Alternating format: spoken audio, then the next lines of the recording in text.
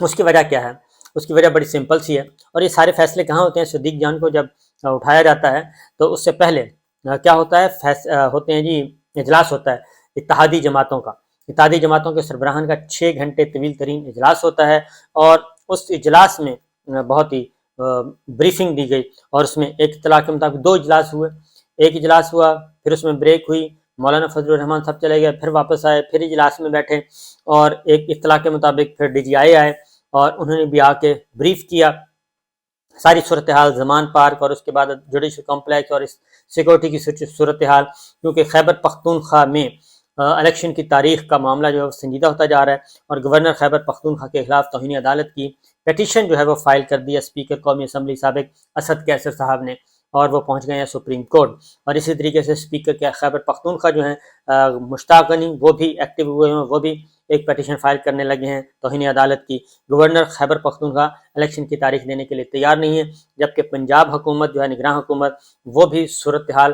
کو انتہائی گمبھیر کیے ہوئے ہے، اور ان کی باتوں سے نہیں لگتا کہ الیکشن کا ماحول بنایا جائے گا یا سب کو لیول پلینگ فیلڈ دی جائے گی۔ لیول پلینگ شاید لیول پلینگ کا تو اب تصور بھی نہیں رہا، اور اس کی وجہ ہے کہ پاکستان تحریک انصاف نشانے پر ہے، نہ صرف وہ نشانے پہ، اب مزید صحافی بھی نشانے پر آ گئے ہیں، اور مزید گرفتاریوں کی توقع کی جا رہی ہے، خدشہ ظاہر کیا جا رہا ہے کہ صرف صدیق جان نے، کیونکہ جو ایک پورشن جو اتحادی جماعتوں کا اجلاس ہوا اس میں یہ فیصلہ کیا گیا اور بنیاد بنایا گیا کہ کیونکہ آرمی چیف، وہ کہتے ہیں کہ آرمی چیف کے خلاف کسی قسم کی کوئی کمپین کی اجازت نہیں ہوئی، ظاہر انڈرسٹوڈ ہے، نہیں ہونی چاہیے، بالکل نہیں ہونی چاہیے،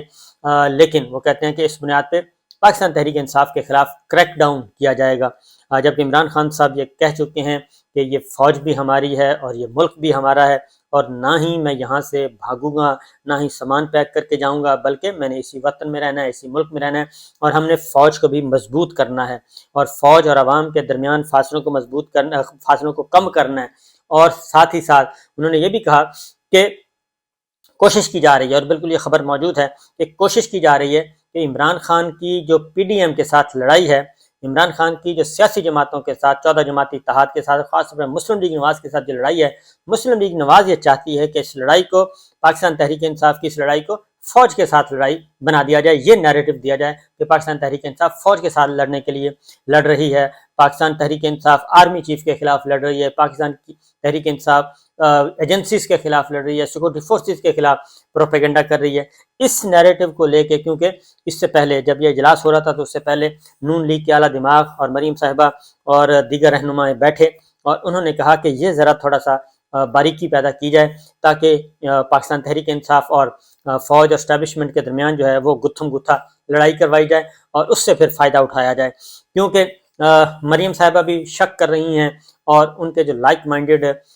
جو ہیں میڈیا پرسنز دانشور، وہ بھی شک کر رہے ہیں، وہ بھی شہباز شریف صاحب کے کانوں میں، نواز شریف صاحب کے کانوں میں، مریم صاحبہ کے کانوں میں بار بار یہ کہہ رہے ہیں کہ نہیں، کچھ نہ کچھ گڑبڑ ہے، اور ایسی ایسی رپورٹس کروائی گئیں کہ جوڈیشل کمپلیکس کا آپ اندازہ کریں، صدیق جان کو تو گرفتار کر لیا اور ان کو تو اٹھا لیا، لیکن میں نے خود کچھ رپورٹس میڈیا پہ دیکھی ہیں جس میں یہ اسٹیبلش کرنے کی کوشش کی گئی، بلکہ جاندار طریقے سے اسٹیبلش کرنے کی کوشش کی گئی کہ جوڈیشل کمپلیکس میں عمران خان صاحب کو سپورٹ کیا ہے، اس میں اسلام آباد پولیس بھی ملی ہوئی تھی، اسٹیبلشمنٹ بھی ملی ہوئی تھی، نامعلوم افراد بھی ملے ہوئے تھے۔ آپ یہ کیسی سپورٹ ہے، یہ کیسی فیور ہے کہ وہاں پہ تو جنگ و جدل کا ایک ماحول بنایا ہوا تھا، آنسو گیس کے شیل پھینکے جا رہے تھے، اور آگ جلاؤ گھراؤ چل رہا تھا، اور ہزاروں کی تعداد میں وہاں پہ پولیس تھی، تو یہ کون سی فیور کی تھی عمران خان صاحب کے لیے؟ تو ایسی رپورٹس بھی، تو میرا خیال ہے، میں تو یہ نہیں کہوں گا کہ ان کے خلاف کارروائی کریں، لیکن وہ رپورٹس بھی سن لیں کہ وہ رپورٹس کیا ہیں، اور صدیق جان کو گرفتار کرنا آسان ہے اور ان کو گرفتار کرنا مشکل ہے، کیونکہ ان کے لیے آوازیں بلند کی جاتی ہیں۔ تو یہ صورتحال اس وقت چل رہی ہے۔ بہرحال اس اجلاس میں یہ فیصلہ ہوا اتحادی جماعتوں کے کہ جناب ان کو آپس میں پہلے مسلم لیگ نواز کا اپنا اجلاس ہوا، اس کے بعد پھر اتحادی جماعتوں کا اجلاس ہوا، اتحادی جماعتوں میں یہ کہا گیا کہ یہ نیریٹو ذرا بیچا جائے، تو اس پہ اب کام بھی شروع ہو چکا ہے، اور ایف آئی اے کو حکم دے دیا گیا، پولیس کو حکم دے دیا، سی ٹی ڈی کو حکم دے دیا گیا کہ جناب اب کارروائی شروع کریں سوشل میڈیا، ڈیجیٹل میڈیا اور صحافیوں کے خلاف، اور فوری بعد پھر صدیق جان کو گرفتار کر لیا جاتا ہے، اٹھا لیا جاتا ہے۔ تو یہ سلسلہ چل رہا ہے، جبکہ اس اتحادی جماعتوں کے اجلاس میں ایک اہم بات جو بتائی گئی تو بڑی کلیئر تھی. اس میں بریف کیا گیا کہ جناب پنجاب میں بھی اور خیبر پختونخوا میں بھی پاکستان تحریک انصاف جیت رہی ہے اور ان کو جیتنے سے ہم نہیں روک سکتے, اور وہ بڑے مارجن کے ساتھ جیت رہے ہیں اور کوئی کمپیریزن ہے ہی نہیں. نمبر 1. نمبر 2, لوگ جو ہیں وہ عمران خان صاحب کو کچھ کہا گیا یا کوئی غلط کام کیا گیا, ایون گرفتار کیا گیا زور زبردستی, تو اس کا ریئیکشن بہت ہی سخت آئے گا اور پورے ملک میں امن و امان کا مسئلہ شدت اختیار کر جائے گا, خاص طور پہ خیبر پختونخوا میں, پنجاب میں اور سندھ کے بڑے شہروں کراچی, حیدرآباد اور سکھر میں. ان شہروں میں اور کوئٹہ میں اس میں کوئٹہ بھی شامل تھا. ان علاقوں میں شدید ترین امن و امان کی صورتحال پیدا ہو جائے گی, اور اگر ہم اس کو گرفتار کرتے ہیں تو اس کا سیاسی فائدہ بھی عمران خان صاحب کو ہی ہوگا, اور اس سے وہ مزید ان کے کارکن اور پاکستان کے عوام, پاکستان کے شہری مزید جڑ جائیں گے اور اس سے نقصان ہوگا. اس لیے اس کو اوائڈ کیا جائے. پھر پاکستان تحریک انصاف پہ پابندی کی بھی بات کی گئی, لیکن پابندی کی بات بھی شاید آگے نہیں بڑھ سکی, کیونکہ وہ کہتے ہیں کہ ایک ایفرٹ کر کے دیکھ لیں پابندی. پھر ایک خبر بھی چلوائی گئی کہ فیصلہ کیا گیا ہے کہ پاکستان تحریک انصاف کو کالعدم قرار دیا جائے گا یا اس کے خلاف پابندیاں عائد کی جائیں گی. الیکشن کمیشن آف پاکستان کو لکھا جائے گا. اب اس پہ پارلیمنٹ کا جوائنٹ سیشن بھی 22 مارچ کو بلایا گیا ہے, اور اس میں دیکھتے ہیں عقل و شعور سے کام لیا جاتا ہے یا پھر ضد اور ہٹ درمی سے کام لیا جاتا ہے. لیکن جو ان کو بریف کیا گیا ہے وہ یہی کہا گیا ہے کہ جناب بہتر یہی ہے کہ آپس میں مل بیٹھیں اور کوئی راستہ نکالیں انتخابات ایک ہی دن کروانے کا. بہتر یہی ہے, ورنہ پنجاب اور خیبر پختونخوا میں سپریم کورٹ کے حکم کے مطابق ہر صورت میں ہمیں الیکشن کروانے پڑیں گے اور اس سے نہیں بچا جا سکے گا. اور کیونکہ پنجاب اور خیبر پختونخوا میں کوئی ایسا جواز نہیں ہے اور نہ ہی کوئی آئینی رکاوٹ ہے, لہٰذا جو مشترکہ اعلامیہ جاری کیا گیا ہے وہ بہت ہی فسا مشترکہ اعلامیہ ہے. وہ میں آپ کو پڑھ کے سنا دیتا ہوں کہ وہ اعلامیہ کیا ہے. 22 مارچ کو پارلیمنٹ کا مشترکہ اجلاس ہوگا, اور مشترکہ اجلاس میں ریاستی عملداری یقینی بنانے کے لیے اہم فیصلے کیے جائیں گے, یعنی کہ لیجسلیشن کی جائے گی. عدالتی احکامات پر عمل کرنے والے اہلکاروں پر عمران خان کے حکم پر حملوں کی مذمت کی گئی. کلن نظاموں کے متشدد تربیت یافتہ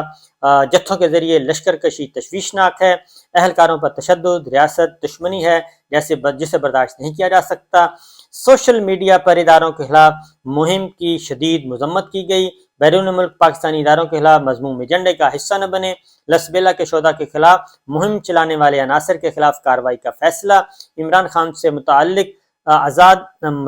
ترازو کے پلڑے برابر نہ ہونے کا تاثر گہرا ہو رہا ہے. یعنی وہی مریم صاحبہ, عدلیہ پہ دباؤ بڑھایا جائے اور ججوں کو دبایا جائے ذرا, تاکہ ان سے اپنی پسند کے فیصلے لینے کی کوشش کی جائے. جوڈیشل کمپلیکس پر اہلکاروں کو زخمی کرنے پر کارروائی کرنے کا فیصلہ. ثاقب نثار اور خواجہ طارق رحیم کی آڈیو لیک کی گفتگو کی مذمت کی گئی ہے. یہ ہے مشترکہ اعلامیہ. اب 22 مارچ تک کا انتظار کیجیے, لیکن جو میں نے اصل بات تھی وہ بتا دی ہے کہ ایک تو کوشش کی گئی کہ جناب اس کو آرمی چیف کے خلاف جو ہے وہ بنا دیا جائے اس ماحول کو. تو میرا خیال ہے کہ اگر یہ کام ہے تو پھر یہ نواز شریف صاحب اور مریم صاحبہ سے سٹارٹ ہوگا. اس کی وجہ یہ ہے کہ ابھی حال ہی میں انہوں نے موجودہ چیف جسٹس آف پاکستان کے خلاف بھی بہت زیادہ زہر اگلا ہے, آنریبل ججز کے خلاف زہر اگلا ہے. اسی طریقے سے جناب باجوہ, جناب فیض اور ان کا نام لے کے یہ بھی کہا ہے کہ ان کے سہولت کار ابھی بھی موجود ہیں, ان کی باقیات ابھی بھی موجود ہیں. تو پھر اگر یہ کارروائی شروع کرنی ہی ہے تو پھر میرا خیال ہے وہیں سے شروع کر لیں, زیادہ اچھا ہے. اور اسی طریقے سے ان کے اپنے لائک مائنڈڈ جو دانشور ہیں وہ بھی عدلیہ اور فوج کے خلاف ٹھیک ٹھاک سوشل کمپین چلاتے ہیں, سوشل میڈیا پہ, ڈیجیٹل میڈیا پہ, الیکٹرانک میڈیا پہ آ کے, اور ٹھیک ٹھاک ججوں کو لتاڑا جاتا ہے اور ان کو ملائن کیا جاتا ہے. میرا خیال ہے کہ یہ ساری چیزیں ریکارڈ پر موجود ہیں, لیکن عمران خان صاحب نے واضح طور پہ کہہ دیا ہے کہ فوج بھی ہماری ہے اور یہ وطن بھی ہمارا ہے اور ہم نے جانا بھی نہیں ہے. تو دیکھتے ہیں کیا ہوتا ہے, لیکن آنکھیں کھلی رکھیے, سونے کی ضرورت نہیں ہے, جاگتے رہیے, کیونکہ ابھی کھیل ختم نہیں ہوا. اجازت دیجیے, اللہ حافظ.